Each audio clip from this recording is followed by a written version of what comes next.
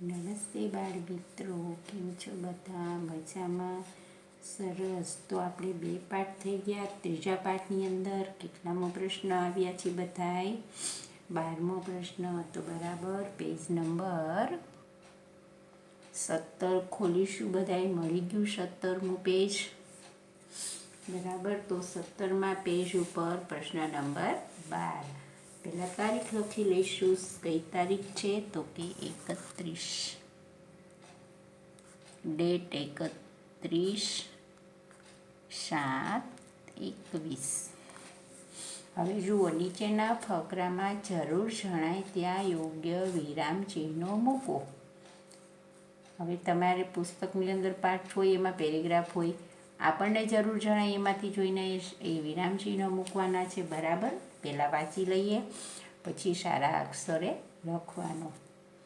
એનાથી કહેવાય ગયું, ભલા આદમી, જો આ નાનકડી મૂર્તિની સ્થાપના એટલે ઊંચે જ કરવાની હોય તો આવી ખોટી મહેનત શું કામ? ત્યાં વળી કોણ જોવાનું છે કે એના નાક પર નાનો ઘસરકો છે? બરાબર. તો પહેલાં લખતું જવાનું, અને જ્યાં આવે અલ્પવિરામ, પૂર્ણવિરામ, ઉદ્ગાર ચિહ્ન, પ્રશ્નાર્થ ચિહ્ન, વિરામ ચિહ્નો કહેવાય. બરાબર. ત્યાં આપણે મૂકીશું. ચાલો પહેલાં લખીશું. એનાથી, તમારે અહીંયાથી જ જોઈને લખવાનું છે, ઉપરથી જ પેરેગ્રાફ પાડવાનો.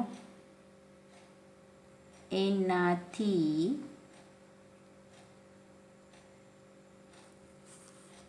કહેવાય ગયું,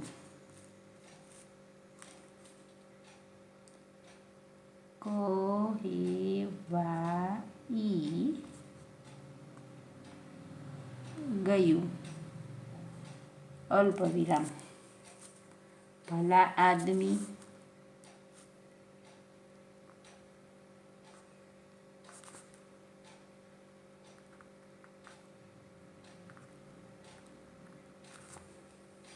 ઉદ્ગાર ચિહ્ન. જો આ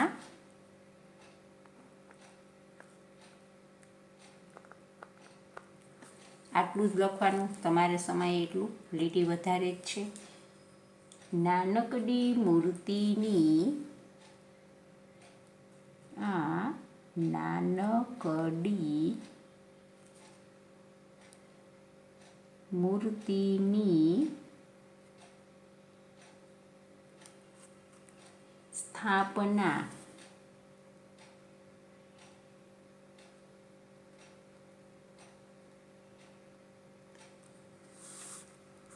એટલે ઊંચે જ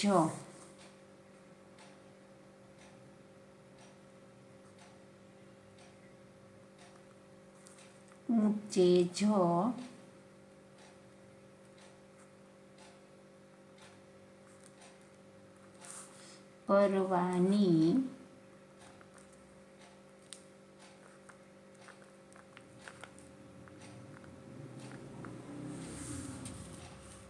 હોય તો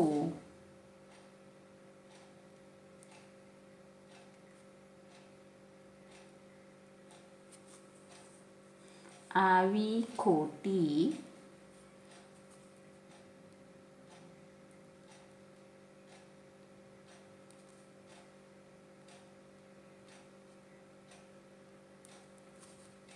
મહેનત શું કામ? મહેનત શું કામ?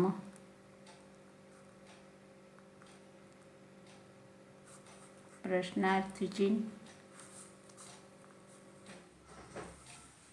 ત્યાં વળી કોણ જોવાનું છે? ત્યાં વળી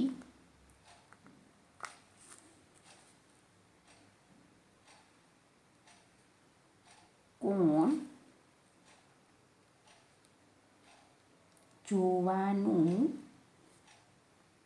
છે કે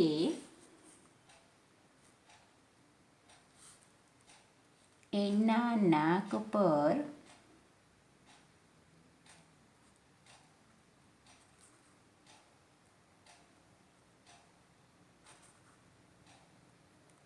નાનો ઘસરકો છે.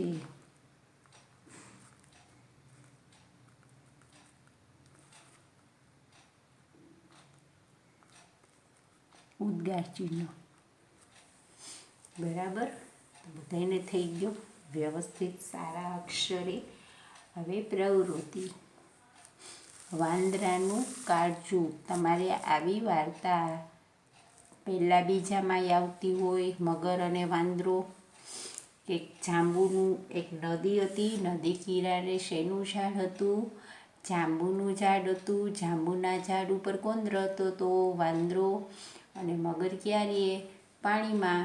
તો બંને રોજ સાથે હોય તો મિત્ર થઈ ગયા હતા. તો વાંદરો રોજ મગરને શું આપતો હતો? જાંબુ ખાવા માટે આપે. મગર રોજ જાંબુ ખાય, વાંદરો રોજ આપે જાંબુ મીઠા મીઠા. તો વાંદરો તો મગર રોજ ખાય, વાંદરો રોજ આપે, મગર પાણી પીવા આવે ત્યારે. પછી મગરને એક દિવસ એમ થયું કે આ વાંદરો આવું સરસ જાંબુ મને મીઠા આપે, એ કેટલાય ખાતો હશે. જો આ જાંબુ મીઠા આવા છે તેનું કાળજું એટલે કે પોતે કેવો મીઠો હશે, એને લઈ ખાઈ જો. એટલે એને વિચાર્યું કે હું આને એક દી મારી ઘરે મહેમાન ગતિ કરવા લઈ જાઉં. કે વાંદરાભાઈ તમે મારી ઘરે આવશો? કે મારી પત્નીએ તમને બોલાવ્યા છે કે અહીંયા. તો કે હું કેવી રીતે આવું? તો કે તમે મારી પીઠ ઉપર બેસી જાજો. તો વાંદરો કે હા. એટલે પીઠ ઉપર વાંદરો બેસી ગયો મગરની અને જાય છે. અડધે જાય પછી મગરે કીધું કે તમારું કલેજું ખાવું, તમારું કાળજું ખાવું. વાંદરો તો બુદ્ધિશાળી જ હતો એટલે એણે કીધું અરે મગરભાઈ, મારું કાળજું તો મેં આજે ધોઈ અને જાંબુના ઝાડ ઉપર સુકાવ્યું છે, ચાલો પાછા લઈ આવી.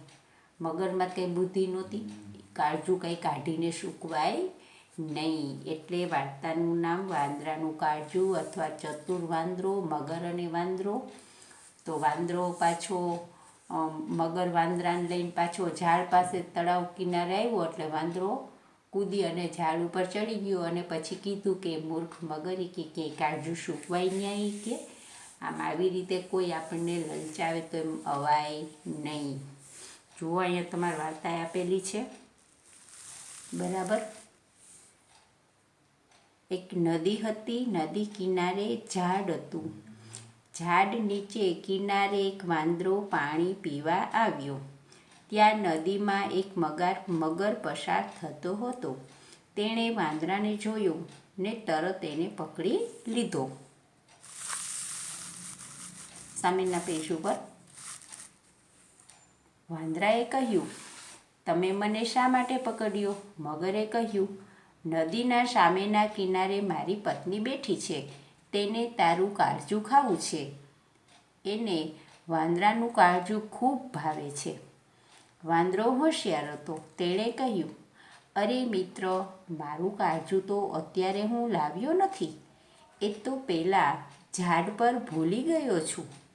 જો તારે જોઈતું હોય તો ભલે હું ઝાડ પરથી લઈ આવું. મગર ખુશ થયો. ભલે, તેણે કહ્યું, ઝડપથી કાળજું લઈ આવ.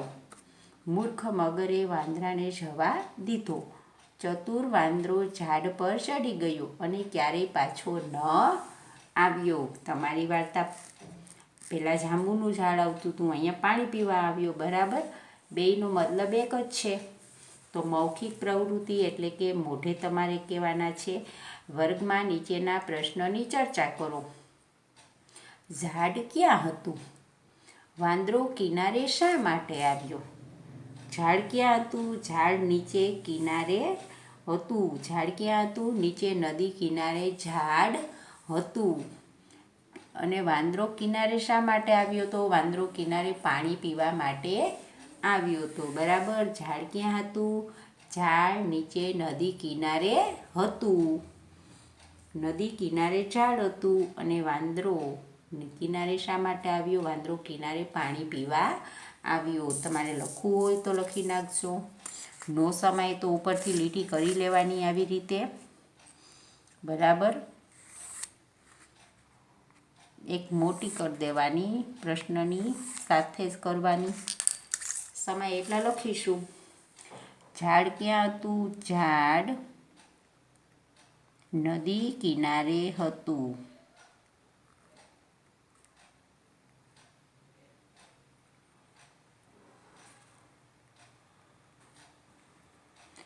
વાંદરો કિનારે શા માટે આવ્યો? વાંદરો કિનારે પાણી પીવા. વાંદરો કિનારે પાણી પીવા આવ્યો.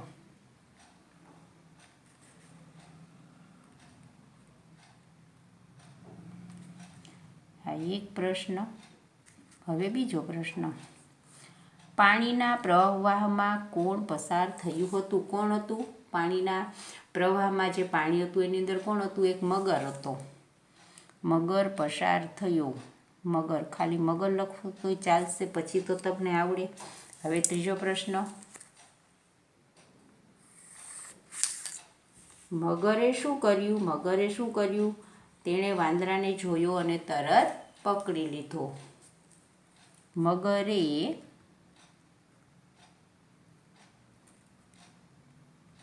વાંદરાને જોયો ને તરત પકડી લીધો.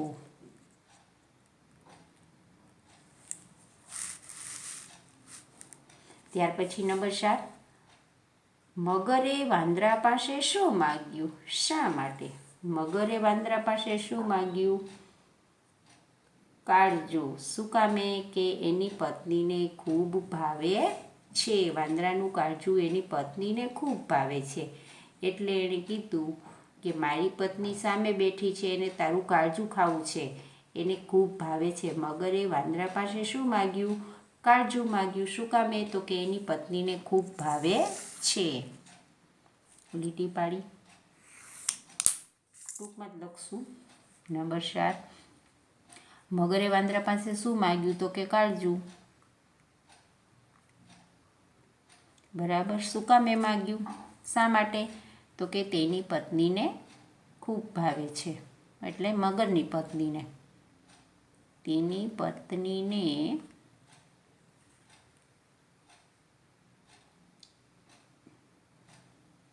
ખૂબ ભાવે છે.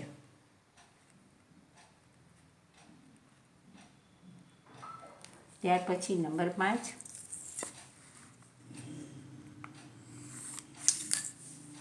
વાંદરાએ મગરને શું જવાબ આપ્યો? વાંદરો તો હોશિયાર હતો. એણે શું કીધું? મારું કાળજું તો હું લાવ્યો નથી, પેલા ઝાડ પર ભૂલી ગયો છું. ક્યાં ભૂલી ગયો છું? ઝાડ પર. આપણે ટૂંકમાં જ લખવાનું. હું મારું કાળજું ઝાડ પર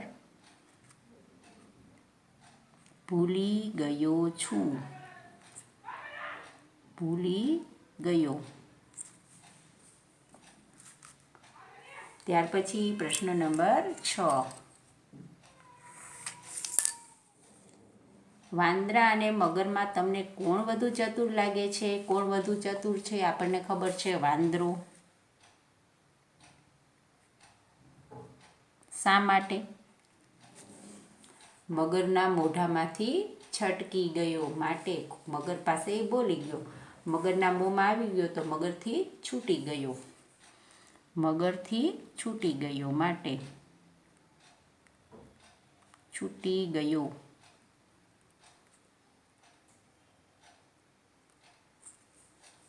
પછીનો પ્રશ્ન 7 નંબર. વાંદરો તેનું કાળજું ક્યાં ભૂલી ગયો હતો? ખરેખર તે ભૂલી ગયો હશે? નહીં. વાંદરો તેનું કાળજું ક્યાં ભૂલી ગયો હતો? તો કે ઝાડ ઉપર. બરાબર. તે ભૂલી ગયો હતો? નહીં. તે ખરેખર ભૂલ્યો નહોતો. ઝાડ ઉપર તે ખરેખર ભૂલ્યો તો ના, આટલું જ લખવાનું. મગર સાથી ખુશ થયો.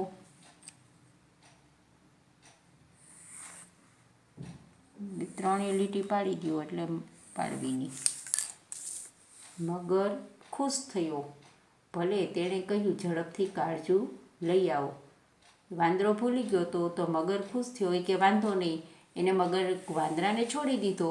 એ કે સારું, તું લઈ આવ. એટલે ખુશ થયો, હમણાં કાળજું લઈને આવશે. મગર સાથી ખુશ થયો. મગર ખુશ થયો કે હું ઝાડ પરથી લઈ આવું. એને વાંદરાએ કીધું, હું કાળજું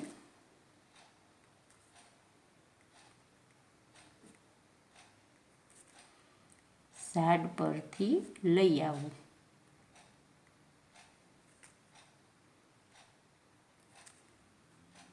વાંદરાએ કહ્યું. એટલે મગર ખુશ થયો. વાંદરાએ કહ્યું. પછીનો પ્રશ્ન, મગર સાથી મૂર્ખ લાગે છે કેમ કે મગરને ખબર નથી કે કાળજું કઢાય નહીં. મગરને ખબર નથી. શું કામે મૂર્ખ લાગે? કેમ કે એને વાંદરાને જવા દીધો. મગરે વાંદરાને જવા દીધો એટલે મૂર્ખ લાગે. પછી ચતુર વાંદરો કેમ પાછો આવ્યો નહીં? કેમ કે કાળજું કાંઈ ઝાડ ઉપર હોય નહીં. ચતુર વાંદરો કેમ પાછો ન આવ્યો? કેમ કે ઝાડ ઉપર ચડી ગયો.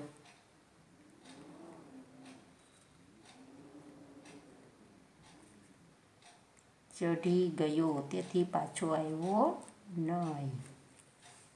હવે વૈયક્તિક પ્રવૃત્તિ. નીચેના શબ્દનો ઉપયોગ કરી ખાલી જગ્યા પૂરો. પ્રાણી, પાણી, પ્રાણીબાગ, ઝડપથી, પૂંછડી, ઢાલ, શિકાર, દાંત અને મોં. હવે અહીંથી ખાલી જગ્યા પૂરવાની, પછી જ પેરેગ્રાફ લખવાનો છે. મગર ખાલી જગ્યામાં રહે છે. શેમાં રહે છે? તો કે પાણીમાં. તેની લાંબી, જાડી અને મજબૂત, લાંબી શું હોય? તો કે પૂંછડી હોય છે. તેને અણીદાર શું હોય? તો કે દાંત હોય છે. તેની પીઠ ખાલી જગ્યા એટલે કે ઢાલ જેવી મજબૂત હોય છે. ખાલી જગ્યા કરવા, શિકાર કરવા માટે તે ખાલી જગ્યા એટલે કે મોં અને પૂંછડીનો ઉપયોગ કરે છે. તે પાણીમાં ખાલી જગ્યા ઝડપથી તરી શકે છે. મગર તાકાતવાળું ખાલી જગ્યા છે એટલે કે પ્રાણી છે. ખાલી જગ્યામાં પણ તે જોવા મળે છે. પ્રાણીબાગમાં એટલે કે સંગ્રહાલય હોય, પ્રાણીનું ઝૂ હોય, તેની અંદર મગર જોવા મળે છે. ઉપરનો પેરેગ્રાફ વાંચી સુંદર અક્ષરમાં તે ફરીથી લખો અને ફકરાને શીર્ષક આપો. મગર પાણીમાં રહે છે. સારા અક્ષરે લખવાનો છે. અહીંથી પેરેગ્રાફ જ પાડી દઈએ. મગર પાણીમાં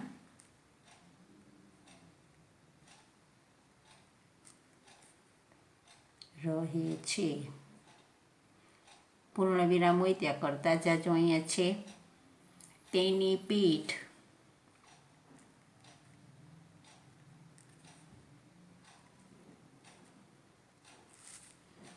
ઢાલ જેવી, તેને લાંબી, જાડી, તેને લાંબી, જાડી લીટી પાડી દો ન દેખાતી હોય તો.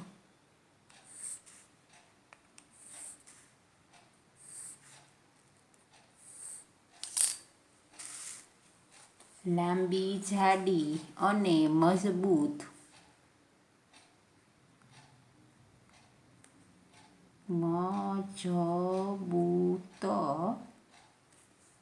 પૂંછડી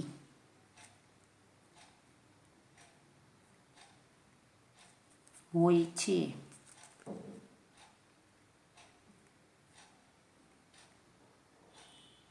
પૂર્ણવિરામ. તેને અણીદાર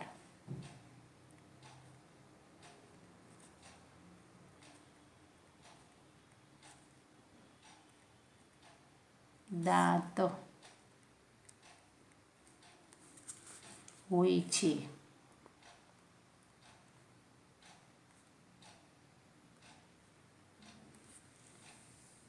તેની પીઠ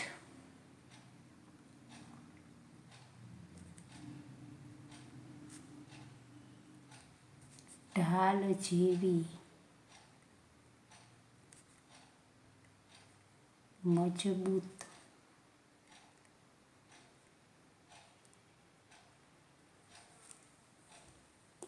હોય છે.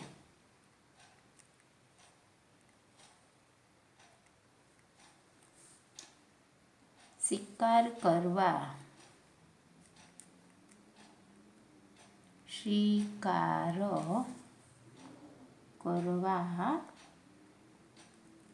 માટે તે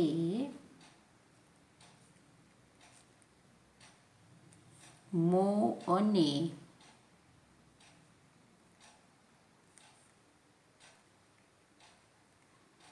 પૂંછડીનો ઉપયોગ કરે છે.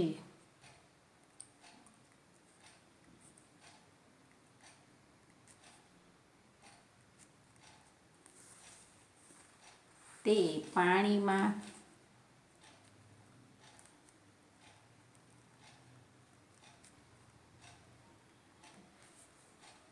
ઝડપથી તરી શકે છે.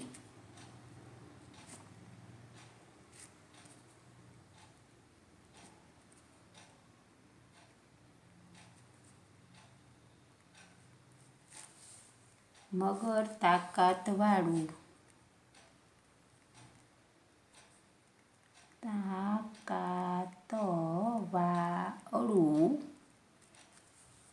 લીટી પાડી લેવાની.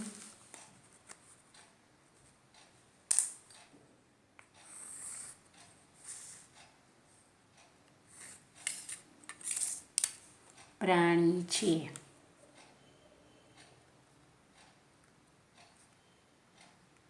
પૂર્ણવિરામ. પ્રાણી બાગમાં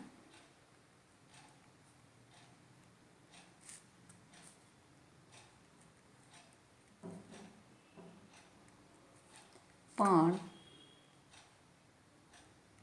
તે જોવા મળે છે.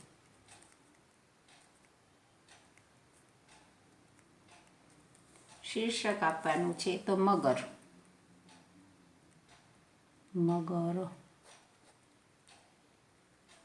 બરાબર. આજે આટલું જ. આવતીકાલે પ્રશ્ન પાકા કરવાના છે. બરાબર. ખાલી જગ્યા, ખરા ખોટા, વિકલ્પ જે હોય તે. આજે આટલું જ. ફરી આવતીકાલે મળીશું.